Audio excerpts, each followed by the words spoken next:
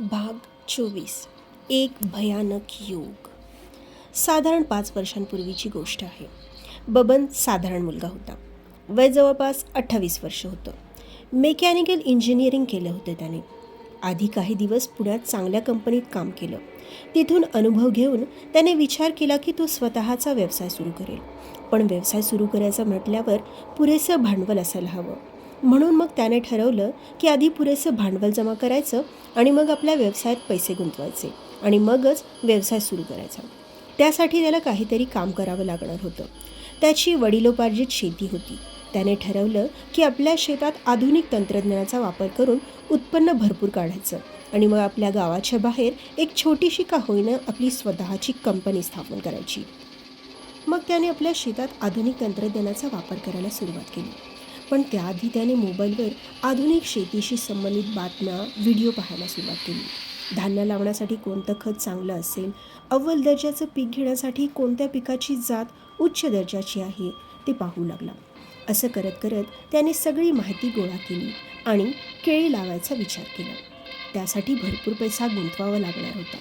मग त्याने त्याच्या बाबांकडून पैसे घेतले, पण उधार म्हणून घेतले आणि उत्पन्न आल्यानंतर ते पैसे परत करण्याचं ठरवलं. मग त्याने उत्तम दर्जाची केळीची रोपं आणली आणि आपल्या शेतात लावली. केळीच्या रोपांची फार काळजी घ्यावी लागते. दिवसरात्र मेहनत करून त्या रोपांना जपावं लागतं. ह्या दर्जाची रोपं एकतर फार नाजूक असतात, पण त्यांना चांगल्या प्रकारे जपलं आणि त्यांना वेळोवेळी औषध फवारणी, खतपाणी घातलं तर ही केळी भरघोस उत्पन्न देतात. ह्या प्रकारच्या केळींना परदेशात फार मागणी आहे. असो, तर बबनने बरीच मेहनत घेतली. दिवसरात्र एक केलं आणि तब्बल 9 महिन्यानंतर त्याच्या मेहनतीचं फळ त्याला मिळालं. त्याने भरपूर उत्पन्न काढलं. त्यातून त्याच्या व्यवसायासाठी पुरेसं भांडवल मिळवलं आणि मग त्याच्या व्यवसायासाठी आवश्यक संसाधने घ्यायला सुरुवात केली. त्याने आधीच सगळं ठरवलं होतं की त्याला नक्की कोणता व्यवसाय सुरू करायचा आहे. त्यासाठी त्याने आधी जागेची निवड केली. मग ती जागा भाड्याने घेतली आणि त्यानंतर आवश्यक सामग्री गोळा करण्यास सुरुवात केली. आपल्या कंपनीत कामाला येणाऱ्या सगळ्या गरजेच्या वस्तू खरेदी केल्या आणि त्या जागेवर कंपनीचं सेटअप करून अवघ्या 6 महिन्यात त्याने त्याची स्वतःची त्याच्या मनाजोगी कंपनी स्थापन केली. ती कंपनी देवगुळ गावाच्या जवळच होती. पण बबनला त्या गावाविषयी किंवा त्या भयावह गोष्टींविषयी काहीही कल्पना नव्हती. पण जर का त्याला त्या गोष्टींबद्दल माहीत असतं तरीही कदाचित त्याला विश्वास बसला नसता. कारण कितीही म्हटलं तरी शहरात शिकून येणारे आणि शहरात राहणारे खूपच कमी वेळा भूतखेतांवर विश्वास ठेवतात. तर त्यातलाच एक होता बबन. शिकलेला होता आणि एवढ्या आधुनिक युगात जिथे लोक चंद्रावर जातात, मंगळ ग्रहावर जमिनी विकत घेतात, तर मग अशा अंधश्रद्धाळू गोष्टींचा विचार कोण करणार आणि कोण विश्वास ठेवणार? बबनचं रुटीन सुरू झालं होतं.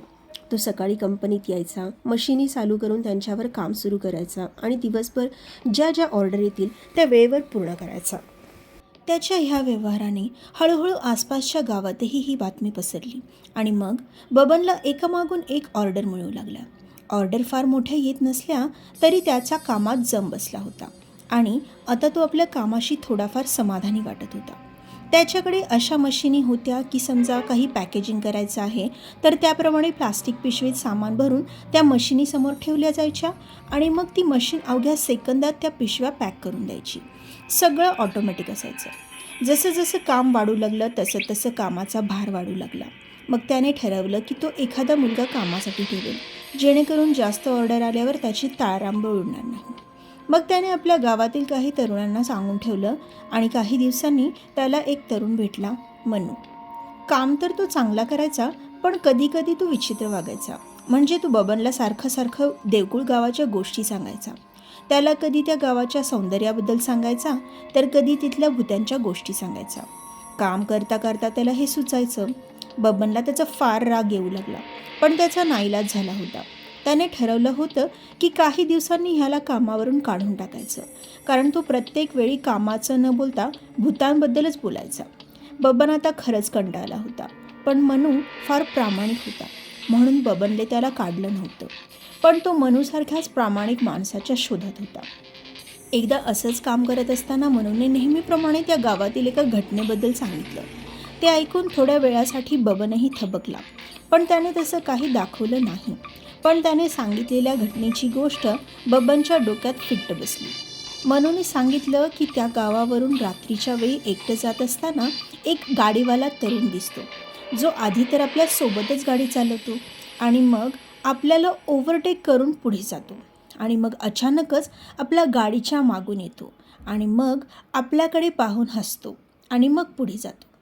बबनने त्यावेळी ही गोष्ट खूप कॅज्युअली घेतली, पण त्याच्यासोबत असं काही घडणार होतं ज्याची त्याने कल्पनासुद्धा केली नव्हती. त्या दिवशी एक मोठी ऑर्डर आली होती. काम खूप होतं, म्हणून बबन आणि मनू दोघेही पटापट काम करत होते.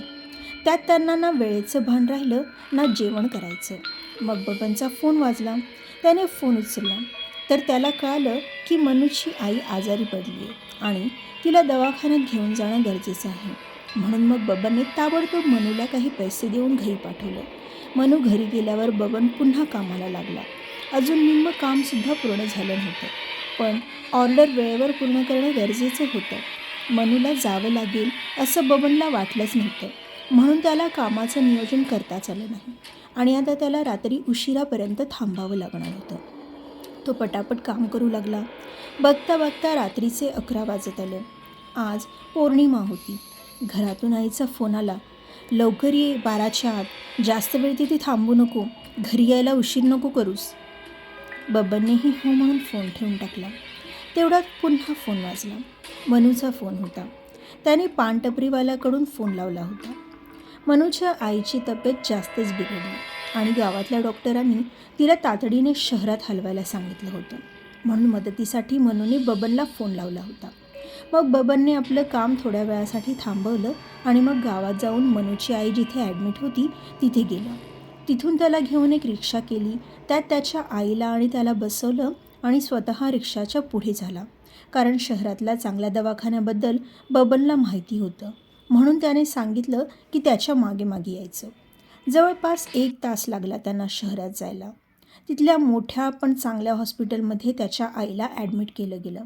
सगळी फॉर्मॅलिटी पूर्ण करून तो पुन्हा आपल्या गावाकडे निघाला. आता त्याला परत जाऊन पुन्हा उरलेली ऑर्डरची कामं पूर्ण करायची होती. तो लगबगीने जाऊ लागला. खूप रात्र झाली आहे ह्याचंही त्याला भान राहिलं नाही. तो वेगाने पुढे जात होता. तेवढ्यात एक बाईकस्वार त्याला ओव्हरटेक करून पुढे निघून गेला. त्याच्या गाडीचा वेग इतका जास्त होता की त्याची हवा बबनला जाणवली. थंडीचे दिवस होते, त्यामुळे त्या थंडगार हवेने बबनच्या अंगावर काटा आला. रस्ता एकतर खूप भयानक वाटत होता, कारण रस्त्यावर एक चिटपाखरूही दिसत नव्हतं. बबनने त्या बाईकवाल्याला निरखून पाहिलं होतं. थोडं अंतर पुढे गेल्यावर बबनला पुन्हा त्याच बाईकस्वाराने ओव्हरटेक केलं आणि त्याच्या जवळून जात असताना त्याच्याकडे पाहून हसला आणि मग पुढे गेला. त्याचं हसू सामान्य माणसासारखं नव्हतं. बबनला का कोणास ठाऊक, पण काहीतरी विचित्र जाणवलं. आतून तो थोडासा घाबरला. त्याला आता आईचं बोलणं आठवू लागलं, पण तो तसाच गाडी चालवत राहिला. गावात पोहोचायला त्याला अजून बरंच अंतर पार करायचं होतं, म्हणून त्याच्यासोबत जे घडलं त्याच्याकडे दुर्लक्ष करत तो पुढे पुढे जात होता. थोडं अंतर पार केल्यावर पुन्हा एकदा तोच बाईकवाला त्याच्या जवळून जाऊ लागला आणि ह्यावेळी तो त्याच्याकडे पाहून हसला आणि जसा तो हसला त्याचे दात दिसले. ते एखाद्या राक्षसासारखे बाहेर आले होते. आता मात्र बबन फार घाबरला आणि त्याने इतक्या जोराने किंकाळी फोडली की त्याचवेळी त्याच्या बाजूने जात असलेल्या टेम्पोवाल्याने त्याला हॉर्न देत काय झालं म्हणून विचारलं. मग बबनने त्याला उगाचच खोटं कारण सांगितलं की त्याला त्रास होतोय, म्हणून मग टेम्पोवाल्याने त्याला त्याच्या सोबतच यायला सांगितलं आणि म्हणाला, भाऊ, हा रस्ता बरोबर नाही. यावेळी इकडे कोणीही एकटा माणूस येत नाही. त्याला तो बाईक स्वार दिसतो.